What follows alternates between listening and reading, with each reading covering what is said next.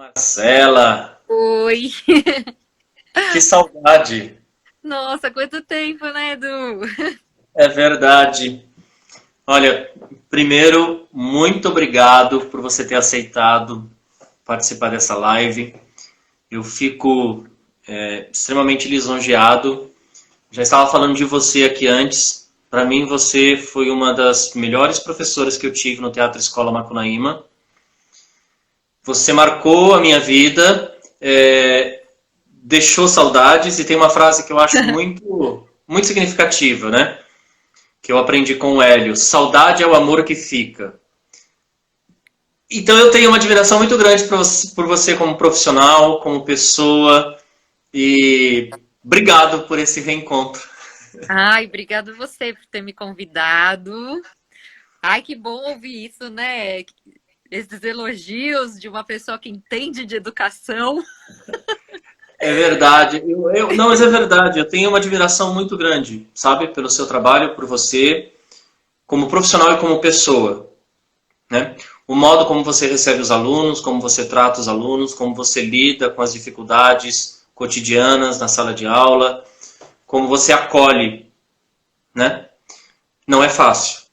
Ainda mais um curso de Nossa, não é. teatro que as pessoas já têm um ego meio inflado, não é fácil Tem que lidar com lidar com isso. muito ego. É. É verdade. Tem que E saber eu queria, administrar os egos. e eu queria te pedir para que você se apresentasse, para as pessoas conhecerem um pouco a sua formação, seu histórico. Uhum. Bom, oi pessoal, eu sou a Marcela Grandolfo. Como o Du já falou, né, eu dou aula de teatro no Teatro Escola Macunaíma já há 12 anos, que eu tô lá, bastante tempo. E eu me formei primeiro como jornalista, né? Eu estudei jornalismo, aí depois eu fui fazer história.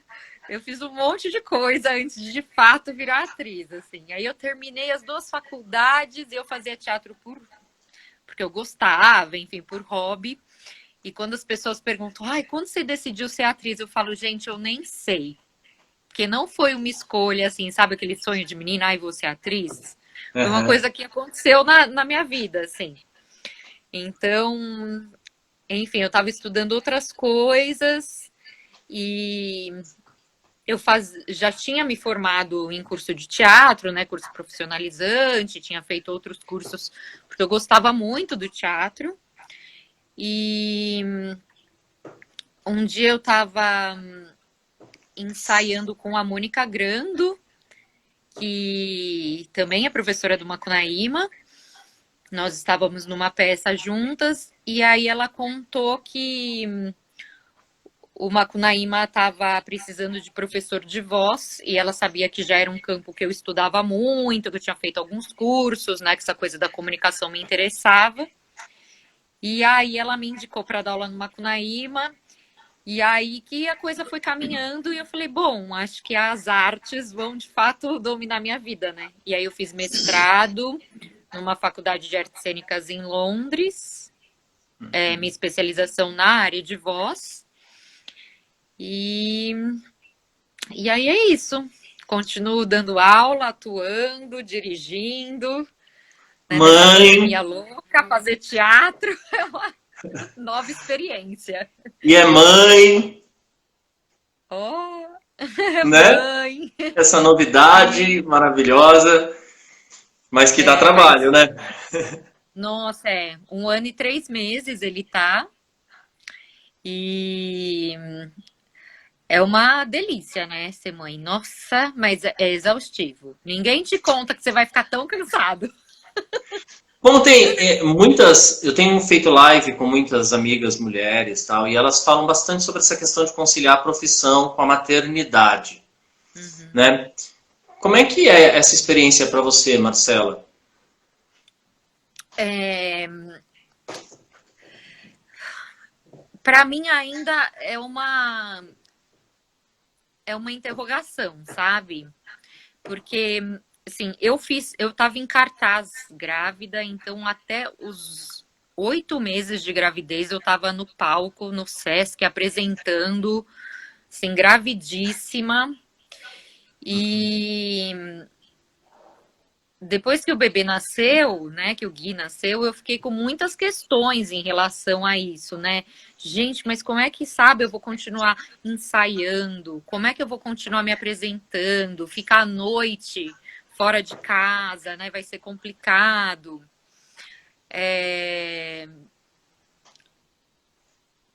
E aí, enfim, entrou a pandemia, então eu tô 100% em casa com ele, né? Não tive que pensar mais. Mas é ainda uma Uhum. questão que eu tenho, assim, para quando as coisas voltarem, né? Essa questão, principalmente, que ele ainda é muito novinho e dessa questão de trabalhar à noite, né? Para mim é o mais difícil, que eu ainda não. Porque ele. Eu que faço ele dormir, eu que dou o banho, enfim. Então é uma rotina que eu tenho que me adaptar. Uhum. Mas acho que também, assim, eu trabalho, tenho a sorte de trabalhar com pessoas maravilhosas e que eu sei que se eu tiver que levar bebê no ensaio não é um problema, sabe? Que se tiver que fazer cena com o bebê no colo, a gente vai fazer. Então, a gente vai se virar. E isso é o bom, né? É, A gente, apesar desse desdobramento todo, se sentir acolhido com por certeza. com quem a gente trabalha e tudo isso. Isso é muito Você sabe que importante. quando eu estudei no Macunaíma, eu tive aula de expressão vocal com você e foi a primeira vez que eu tive uma aula completa de expressão vocal, porque eu também estudei em outras escolas. Eu gosto muito de artes cênicas, né? Uhum. Mas a vida, enfim, acabou me levando para outros caminhos, mas o teatro não sai de dentro de mim. Né? Vira e mexe eu tenho que voltar, porque mexe comigo, mesmo na sala de aula eu uso muito das técnicas teatrais. Uhum. Mas até então eu tinha feito algumas técnicas vocais que eram só com o aparelho fonador ou com as articulações bucomaxilar. E com você havia um envolvimento corporal, né? Que inclusive Uhum. você escreveu um livro que é a incorporação vocal do texto, técnicas psicofísicas para transformar texto em ação. Compartilha com a gente sobre o seu livro, fale um pouco dele. Vou falar. Essa coisa da voz, ela é realmente uma questão mesmo. Principalmente aqui no Brasil. Eu vejo que dentro das artes cênicas, às vezes não é um campo muito valorizado. O que você pensa, gente, mas o ator fala texto, né, o tempo inteiro, como é que pode? Mas eu lembro quando eu comecei a estudar voz, que eu entrava nas faculdades de artes cênicas para ver os currículos e ver quantas aulas de voz os alunos tinham. E tinha Uhum. cursos que tinha aula de voz no primeiro semestre e não tinha mais. Né, você ter um preparador vocal nos grupos de teatro, né, às vezes é super difícil de encontrar. E eu fui estudar a voz, né, no meu mestrado, num lugar onde a voz é super valorizada. Essa questão da palavra é muito importante. Tanto é que lá na Inglaterra, a segunda pessoa, assim, de um grupo de teatro, então no grupo de teatro você precisa contratar um diretor, a segunda pessoa que todo mundo pensa e precisa é o preparador vocal, assim. Então, é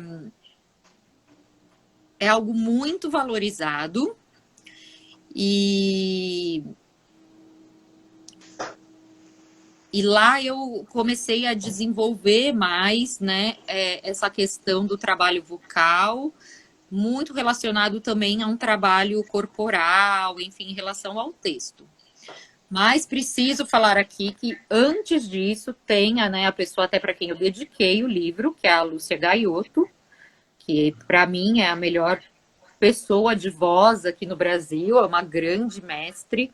Ela foi minha professora durante anos e foi com ela que eu desenvolvi assim minha paixão pela voz, né? E comecei a aprender. Então, ela trabalhava muito essa coisa da fisicalidade, né? Então, começou ali, assim, um trabalho mais corporal, porque a voz não está desconectada, né? Voz é Uhum. corpo. Uhum. Né? Não, eu não tenho como. O modo como eu piso no chão, como eu trabalho minha musculatura, afeta o modo como eu falo, porque afeta o modo como eu respiro. Então, né, tá tudo conectado. E então eu fui, né, para essa universidade para estudar essas questões da voz. E aí lá eu me deparei com uma questão que é uma questão até emocional da voz. E era essa relação, né? Eu como atriz, como que eu poderia falar bem um texto em cena, tá de fato conectada verdadeiramente com o que eu tô falando um texto em outra língua.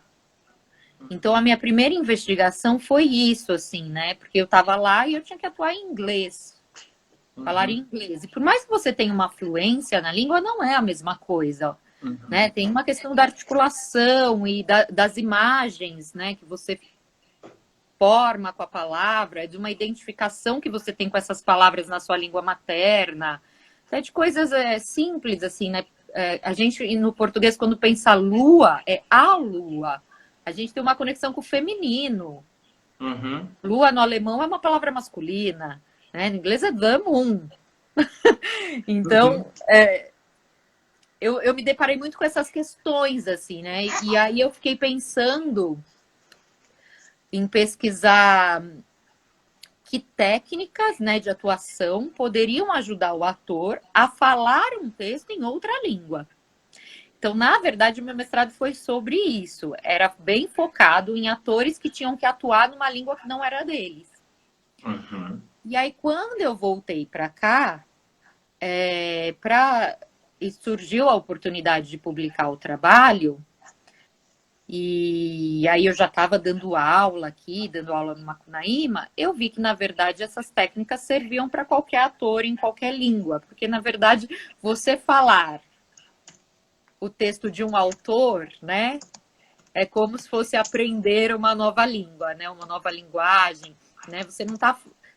às vezes não é a construção de frase que você usaria, se você pega um texto clássico, né, às vezes ele já está num português que é distante desse português que a gente fala hoje em dia. Então, aí eu vi que, né, daria para adaptar isso que eu pensei para uma segunda língua, mas na verdade para trabalhar com qualquer texto de teatro. E aí eu fiz essas adaptações e daí que surgiu o livro, onde eu basicamente falo, né, de duas técnicas que eu pesquisei, que é o Mikhail Chekhov, que foi um aluno do Stanislavski, que depois se separou dele, desenvolveu o próprio trabalho, e o Viewpoints, da Annie Bogart. Deixa eu te fazer uma pergunta. Você teve essa experiência com o inglês quando estudou lá. A respiração, ela muda e a técnica vocal, ela muda. Por exemplo, quando você vai projetar a sua voz por meio de uma língua monossilábica e a projeção vocal por meio de uma língua silábica. O inglês, ele é monossilábico, né? Ele não forma sílabas. O português é uma língua silábica.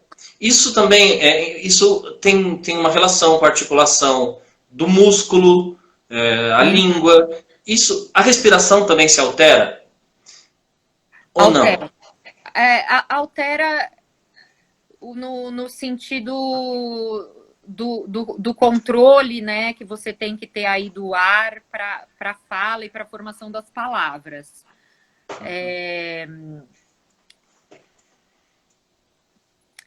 Que o que acaba acontecendo, que aí tem um trabalho que tem a ver com a questão da articulação que precisa ser bem feito, que é o quê? Como, né, a gente, por exemplo, nosso português, ele é silábico e ele é super melódico, diferente do português de Portugal. Né? E a gente, então, a gente não tem consoantes explosivas, né? Tipo P, B, T, D, sem vogal. Uhum. Quer dizer, muito difícil. A gente até tem, né? Psicólogo tem o P lá, enfim. Mas a gente não tem elas terminando palavras sem vogal.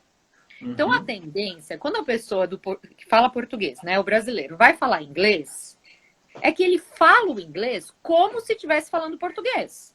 Uhum. Então, ele está falando as palavras do inglês, mas como se estivesse falando português. Então, ele mantém uma melodia que é do português, ele preenche as consoantes com um som de I no final, que não existe, né? Então é até muito fácil você reconhecer, assim, quando você começa a estudar isso, eu lembro na Inglaterra era muito engraçado, porque eu ia nos lugares, a pessoa falava 2 palavras comigo, eu já respondia em português, falava, você é brasileiro, né? Como você sabe? Que o sotaque não esconde.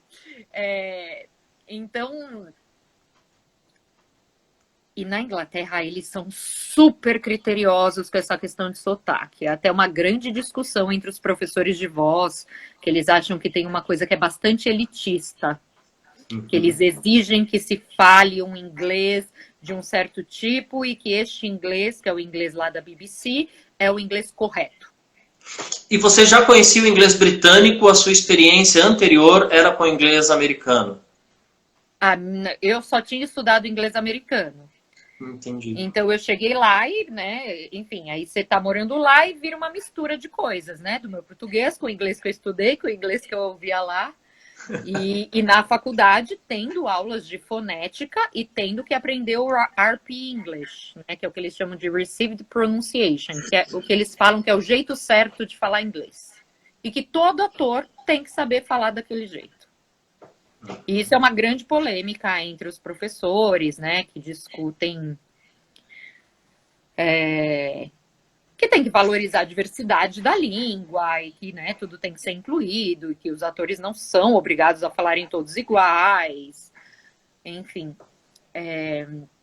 Mas era bem difícil para mim, assim, a prova de fonética eram os meus momentos de terror. Eu falava, eu vou ser reprovada, porque eu não porque tem uma questão que alguns sons de vogais que para eles eram completamente diferentes, para mim eram iguais.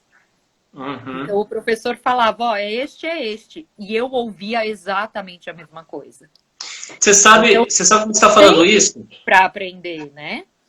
O Você cérebro. sabe que você falando isso, eu me recordo de um exemplo que normalmente eu dou em sala de aula, de quando a gente vai ensinar a língua portuguesa para estrangeiro, que o nosso ouvido já capta a diferença do ti e di. Então a palavra tia e a palavra dia.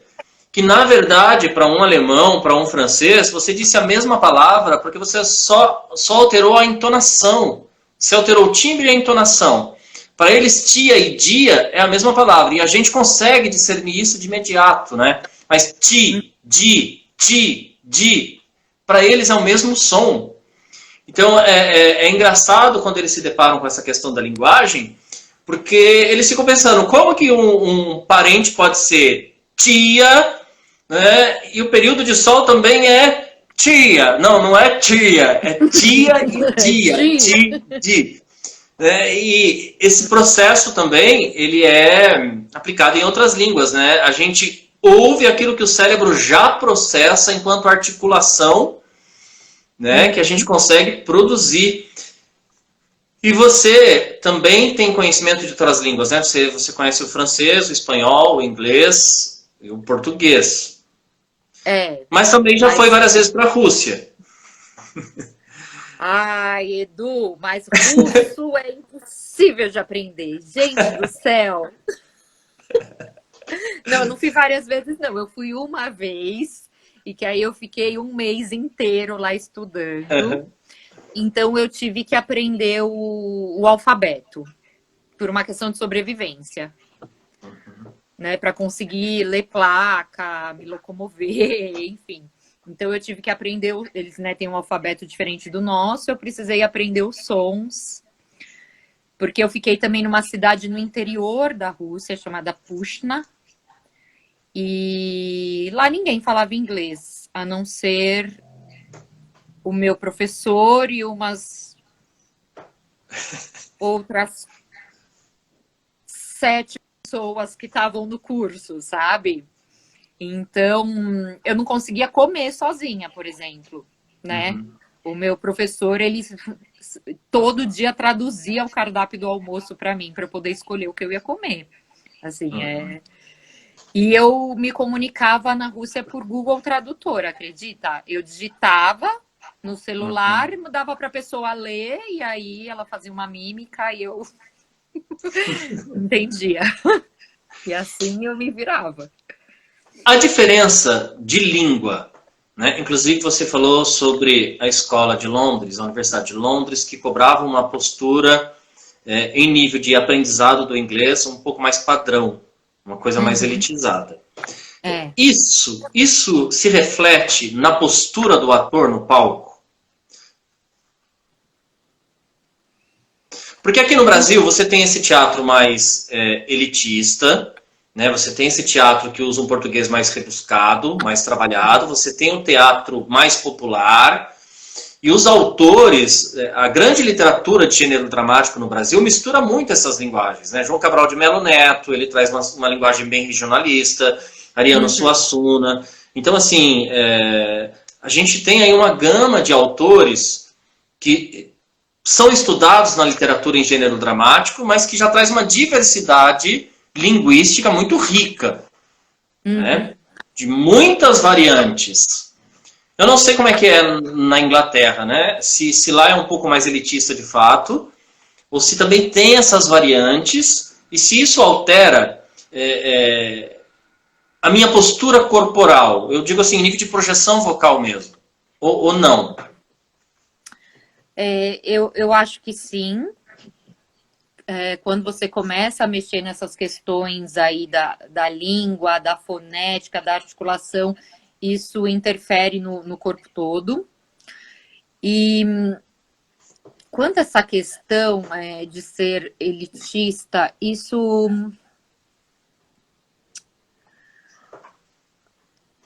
era uma coisa que me incomodava muito no curso. Eu lembro uma aula que a aula era assim, a professora ela soltava um áudio e os alunos tinham que definir quem era a pessoa que estava falando. E para eles era muito claro, assim, para os ingleses, sabe? Eles ouviam a frase e falavam, é uma mulher pobre sem educação. É um negro operário de não sei onde.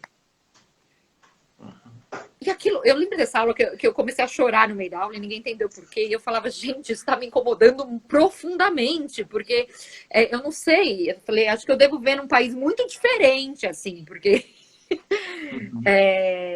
eu não entendo como vocês conseguem definir, né, as pessoas dessa maneira, pelo modo como elas estão falando, e, né, enfim. E para eles era meio estranho o que eu estava questionando. E aí foi interessante que, recentemente, por conta do movimento Black Lives Matter, a faculdade fez um post no Instagram falando que apoiava o movimento, enfim. E aí, Edu, os alunos todos começaram a se manifestar e falar: desculpa, isso é uma grande mentira. Na aula tal, vocês tinham uma postura super elitista. Isso... E aí começaram a trazer tudo, de racismo, a homofobia, xenofobia, né? Tinha uma diferenciação ali, né? Você sentia o fato de eu ser brasileira, de ser minha segunda língua. Na hora de dividir os estágios, tinha uma coisa assim do tipo... Os melhores estágios você não vai pegar, porque, enfim, o seu inglês não é perfeito, sabe? E aí todo mundo começou a falar e a contar tudo, sabe? E aí, então, assim, nossa, eu estudei lá em 2007. E agora, né? Desculpa. 2007? Ai, gente, já fez tudo isso? Não, pera. Ai, quando que eu estudei lá? Ai, não sei. 2000 e... Pera, eu voltei... De 2007 a 2008, não foi? 2010. Tá. Ai, louca. E E aí, então, 10 anos depois, sabe? De repente, as pessoas começaram a falar e eu achei maravilhoso. E aí eu fui e falei também. E aí, né, todo mundo se colocou. E aí a faculdade, enfim, teve que, né, pedir desculpa, falou que, enfim, vai rever, né? Conversar com os professores, rever as posturas e as aulas, enfim. Então, é essa questão, né, da língua, né, quando você diz, né, de uma, se afeta, né, a postura do ator, eu acho que sim, porque tinha quase um lugar de que as pessoas que falam o tal ARP English, elas são melhores, sabe? Elas são mais rebuscadas, elas são mais interessantes e elas vão poder interpretar melhor, porque elas conhecem esse jeito de falar. E isso te colocava na frente, né? Colocava esse ator na frente, assim, para conseguir os papéis, enfim. Porque, diferente daqui do Brasil, o teatro lá, ele é uma empresa rentável. Aqui a gente monta um grupo de teatro e fala, meu, vamos trabalhar não sei quantos anos aí só por amor, até a coisa vingar. E lá não, lá teatro é uma coisa que dá tão certo que as pessoas investem nisso como se fosse uma empresa mesmo, né? Então, eu trabalhei lá com um grupo de teatro, fazendo preparação vocal. Então, era uma menina que ela é advogada e ela juntou com alguns advogados que trabalhavam no mesmo escritório que ela já tinha feito teatro, tinha uma paixão por dirigir, enfim. E aí eles fundaram uma companhia, contrataram os atores, contrataram a equipe toda, e a gente montou Otelo de Shakespeare.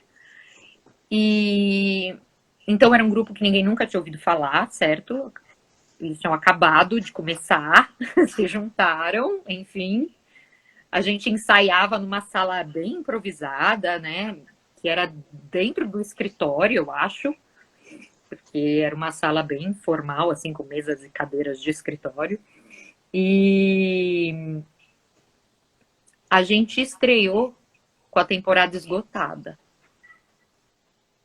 Ou seja, antes da peça estrear, todos os ingressos da temporada inteira já estavam vendidos. Então, gente, vou montar grupo de teatro, entendeu? É um negócio que eu sei que dá retorno, porque as pessoas lá têm essa cultura, elas vão ao teatro. Né? E isso é um lado maravilhoso, né? Porque são pessoas que, né, é a terra do Shakespeare, elas vivem teatro, elas estudam teatro desde pequenas, elas frequentam o teatro. Então, isso era maravilhoso, né? Você ter um grupo que acabou de chegar e você já estrear, gente, com a temporada inteira vendida, né? Isso não tem igual. E aqui no Brasil, nisso, a gente ainda está caminhando, né? Você falou sobre o teatro como profissão lá, né? E aí eu vou tocar em alguns pontos em relação à nossa realidade, né? Porque se eu estiver falando alguma besteira, você me corrige, por favor. Eu tenho muitos amigos atores, muitas amigas atrizes, preparadores corporais, vocal. E uma grande reclamação é a pessoa viver normalmente na expectativa, né, de incentivo cultural, né, ou publicações de fomento à produção teatral. É bastante instável se você não lecionar teatro, se você quiser viver com a sua companhia de teatro no Brasil, é algo bastante instável. Como é que você vê isso, Marcela? Inclusive eu conversei com o Max Mu, que é produtor cultural, ator, e ele falou para mim, sabe, o que me entristece aqui no Brasil, com 30 anos de carreira, é as pessoas acharem que ator não precisa ter salário. Um incentivo cultural tá bom, não é incentivo cultural, é uma profissão, né? Se a gente faz comédia, a gente leva o óbvio do ridículo da sociedade para o grande palco e faz as pessoas refletirem a sociedade. Se a gente faz um drama, a gente provoca nas pessoas o autoconhecimento dos seus sentimentos, muitas vezes mais profundos, na medida que isso é projetado na personagem do ator. Como é que você vê isso? Há um desmerecimento da profissão no Brasil? Isso é cultural ou não?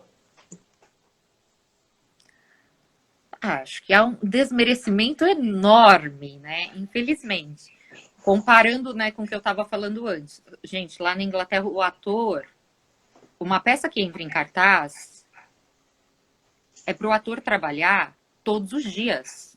Ele apresenta terça, quarta, quinta, sexta, sábado e domingo.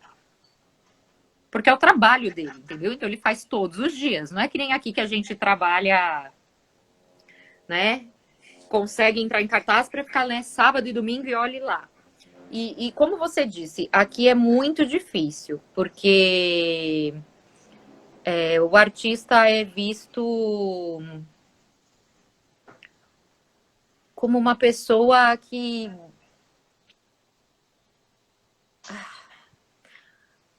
Acho que as pessoas não têm noção do trabalho que é montar uma peça, por exemplo. Uhum. Então, né, elas acham que o trabalho do ator é... ele vai lá um dia, ele decora umas palavras, sobe no palco, improvisa e dorme o resto da semana. Não, as pessoas não entendem, né, o trabalho que é produzir um espetáculo, tudo que está envolvido. E é isso, se você não tem uma profissão paralela, né, se você não dá aula, é muito difícil sobreviver. Porque vai entrar dinheiro como? Né? Você consegue. Ou você conseguiu uma lei de incentivo do governo, que vai te dar aí, então, um salário por um ano, que é o ano de você, né, montar a peça e apresentar. Ou você pode conseguir um patrocínio privado, mas é dificílimo você conseguir um patrocínio privado sem você ser famoso. Normalmente, as grandes empresas, elas não querem investir em alguém desconhecido. Então, elas acabam dando dinheiro para pessoas que não precisam tanto assim do dinheiro. Você pode vender a peça para prefeituras, para apresentar no interior. Pode também, mas é isso, é uma coisa muito pontual. Que você vai ganhar por um espetáculo, dependendo de quantas pessoas tem na sua produção, você quase paga para trabalhar. Tem o Sesc, que é um lugar que paga muito bem. Mas aí tem o edital, né? Exatamente. Quantas vezes você consegue estar no Sesc? Né? Quantas peças o Sesc, quantos artistas o Sesc vai conseguir contratar? Então, tem muitos limites, assim. E nesse momento que a gente está vivendo, né, que eu falo que para mim é a combinação histórica pior possível, que é a combinação pandemia mais Bolsonaro, né? A gente teve o azar de estar com as duas coisas juntas. Então, Concordo plenamente. para os artistas a coisa ficou muito difícil, porque né, um governo que nos considera um bando de vagabundos e aí na impossibilidade, né, de realizar os trabalhos, porque obviamente os teatros estão fechados e têm que estar fechados.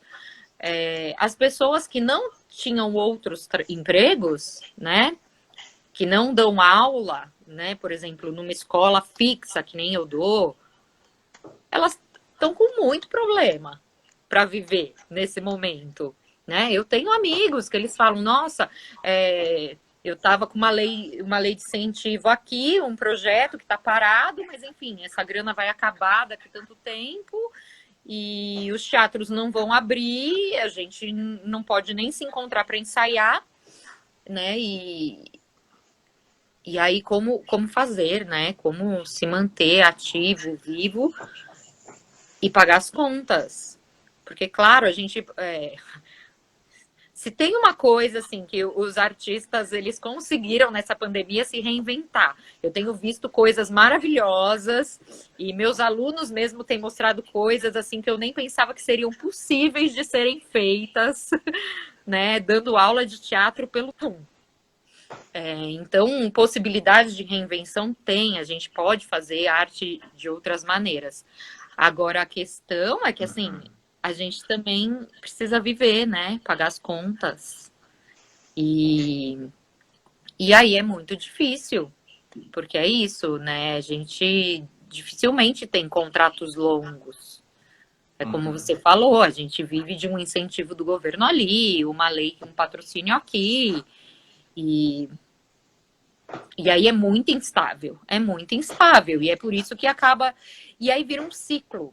Por quê? Porque aí na dificuldade que eu tenho, né? Porque o meu salário não é constante, eu sou obrigado a procurar outras coisas para fazer. Porque eu tenho contas a pagar. Então aí eu vou dar aula, eu vou... Enfim, bom, tem pessoas que fazem outras coisas completamente, né? Enfim, vou trabalhar numa empresa, enfim, vou fazer... E aí isso começa a pagar minhas contas. E aí eu vou tendo menos tempo para investir no teatro. Aí eu tenho menos dias para ensaiar, porque, gente, eu preciso trabalhar, eu preciso dar mais aula, eu preciso, né? E aí vira um ciclo, assim, que é difícil sair. Né? Que você fala, eu penso hoje, nossa, agora com filho pequeno, gente, vou parar de dar aula para investir mais na minha carreira de atriz. Muito difícil nesse momento, né? Eu consegui pensar isso. Mas porque a gente, infelizmente, vive, né, numa cultura que não valoriza, né, o artista.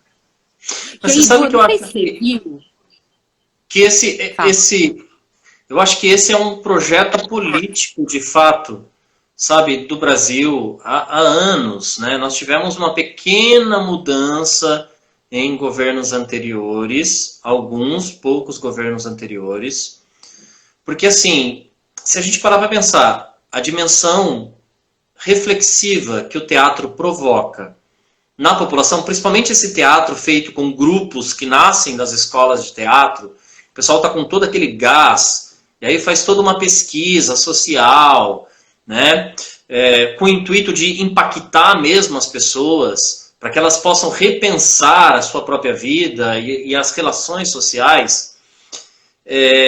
A filosofia, a sociologia também são desvalorizadas.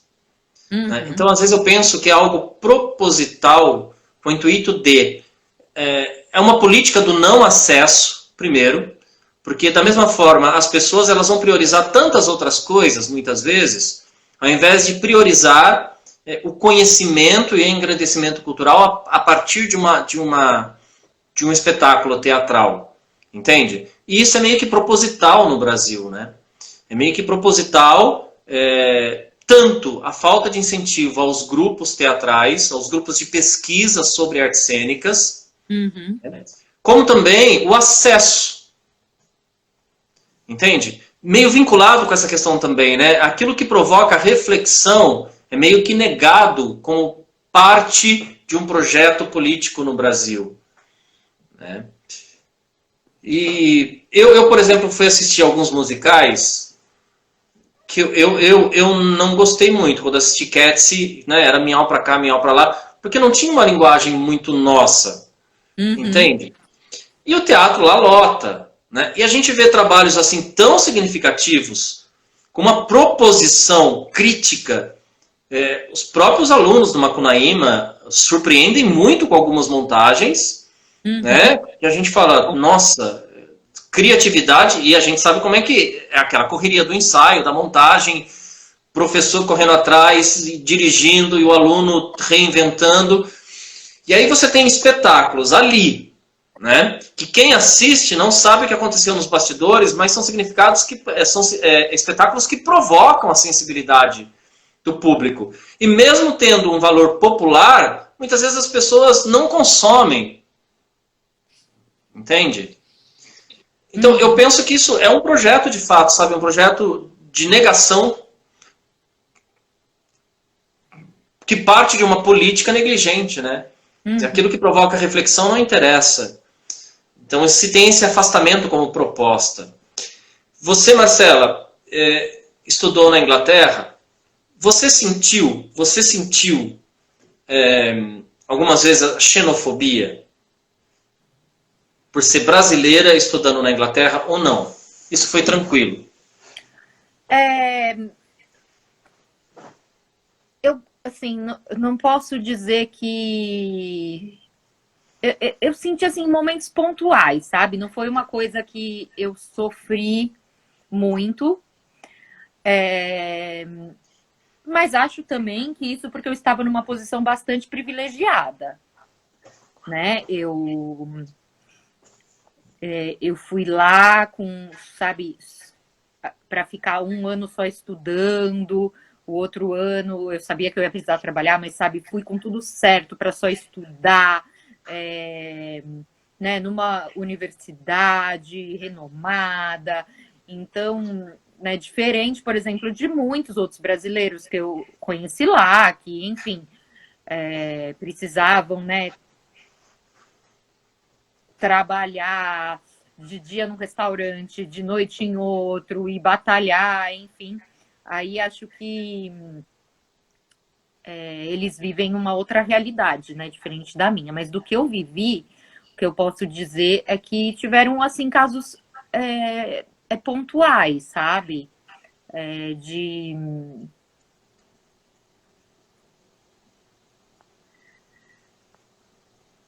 Você chegou a chorar em algum momento, sentir solidão lá? E falar, meu Deus, o que eu estou fazendo aqui? Me leva de volta para casa, mas eu vou conseguir finalizar. Você chegou a sentir isso?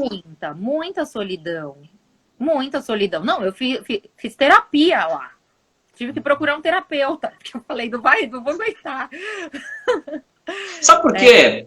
Porque essa sua experiência lá, e aí eu posso falar como seu aluno, aquilo que eu falei no início da live, para mim é muito, muito certo sobre você. Você tem uma sensibilidade para acolher as pessoas que são tão diferentes, que isso me chamava muita atenção no Macunaíma. Entende? Então, pessoas que moravam em São Paulo, pessoas que vinham do interior, você sempre teve muita delicadeza para tratar com as diversidades. E agora, conversando com você, ouvindo sua história, isso reflete um pouco da sua experiência, né? Você viveu isso, a necessidade de ser acolhida. Então, assim, eu posso dizer isso, você acolhe e acolhia. Eu acho importante falar isso para você. Porque não é fácil, né? Não. Não é fácil. E você tem isso em você. Então, acredito. É um pouco dessa sua experiência. Essa sua experiência, essa sua vivência, provoca também esse entendimento do outro. Porque eu achava você bastante acolhedora e humana nas relações. Obrigada. Ó, a Marcela é show. Acolhe mesmo. São minhas alunas aqui, maravilhosas. Olha, a gente está chegando no nosso tempo final. Que o tempo então voa. Coisa. Eu não posso, pode. Porque elas sabem que eu tô chorona, que eu choro. Não, sabe o que eu queria falar? Que tem um livro, chama Inteligência Artificial, já ouviu falar? Kai-Fu. É o que serviu de base para o filme ou não? O filme é outra coisa? Não, outra coisa. Tá. Livro de um cara, um autor, acho que chinês, e ele é um dos maiores especialistas em robótica do mundo.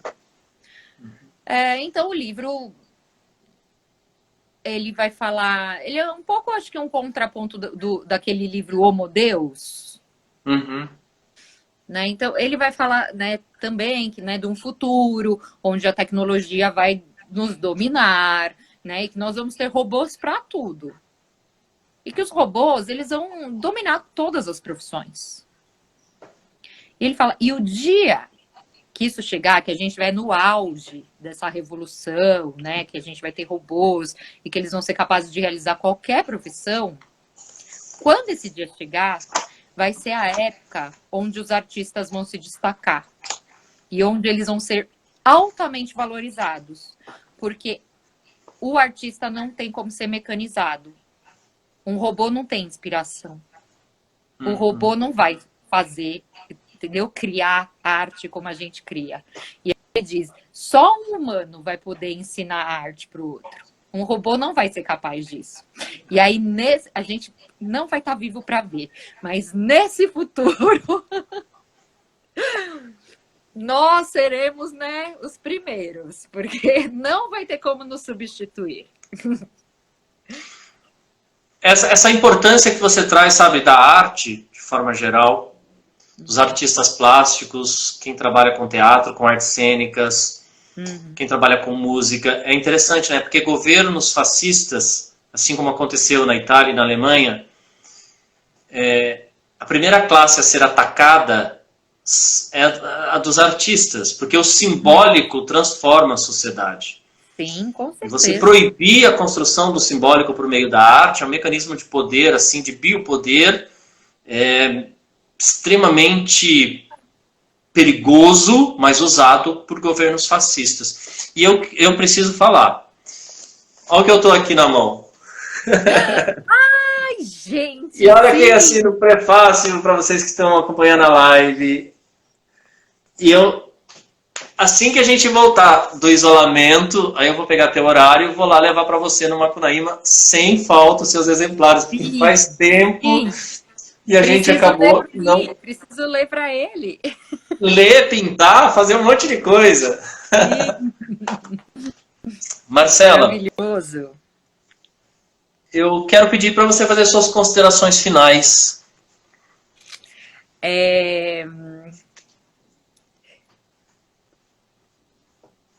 Eu quero agradecer muito. Gente, minha primeira live, nunca tinha feito uma. Amei a experiência.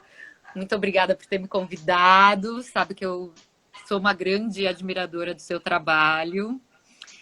E foi muito gostoso estar aqui. Você... Ai, eu tava nervosa, tipo estreia. Ai, live. Mas você me fez me sentir muito bem. Fiquei muito feliz de estar aqui. Adorei falar um pouco, né? Enfim, do que eu penso aí do teatro. E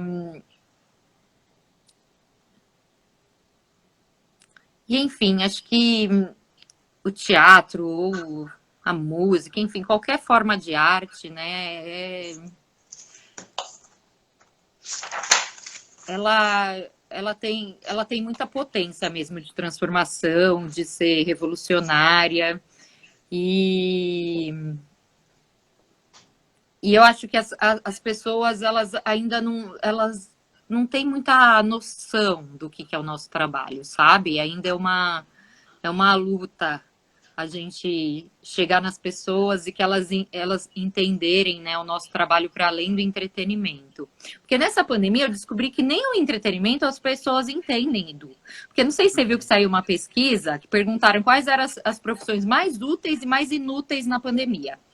E aí a mais inútil foi artista, 71%. Aí eu falei, gente, então vamos pegar o pessoal aí que fez essa votação, corta a Netflix. Ninguém mais vê filme, ninguém mais vê série, ninguém mais escuta música. Ninguém mais passa desenho animado para os filhos. E aí depois pergunta de novo se somos inúteis.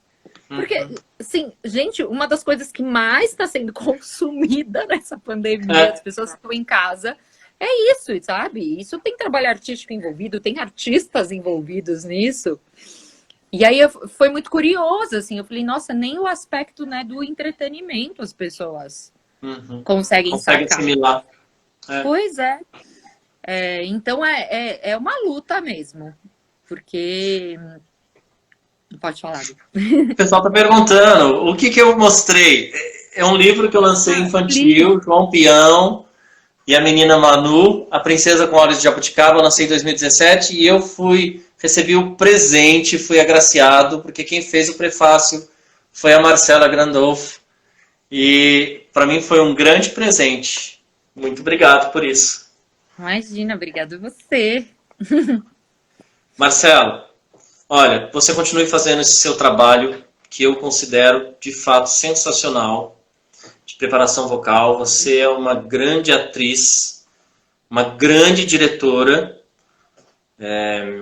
Vi algumas montagens suas, mesmo no teatro escola, com pessoas assim que estavam começando no trabalho cênico, e você fazia um espetáculo assim de uma qualidade. Você sabe, eu falei isso para você lá, né?